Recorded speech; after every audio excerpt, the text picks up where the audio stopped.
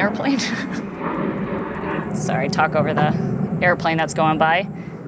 It's gonna be a rough morning with that.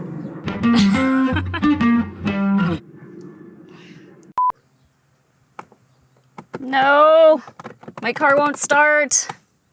Hi, car friends. So it happens to us all. You get in your car and your car doesn't start.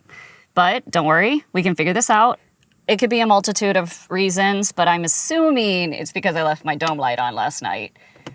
It drains the battery. Just kind of like you leave your apps on your phone in the background, it's gonna drain your battery. Let's check, see what's going on. When you go to check out your battery, there's a couple things we can look at. We wanna make sure that our terminals right here are not loose and they're not falling off. Another thing that we wanna check if there's not a ton of corrosion, because that'll usually happen around your battery terminals. I'll do another video on that, on how to clean that. My battery's not looking too bad right now, so I'm not really worried about that.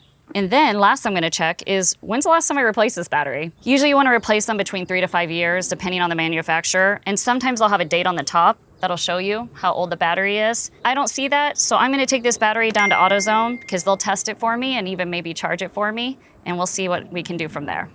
2 things I can do right now. I can take these terminals off and pull this battery out, or I can jump start the car. I'm gonna do a video on both so it's super easy for you. And then I'm gonna head to my local Autozone and they're gonna test this battery and charge it for me for free.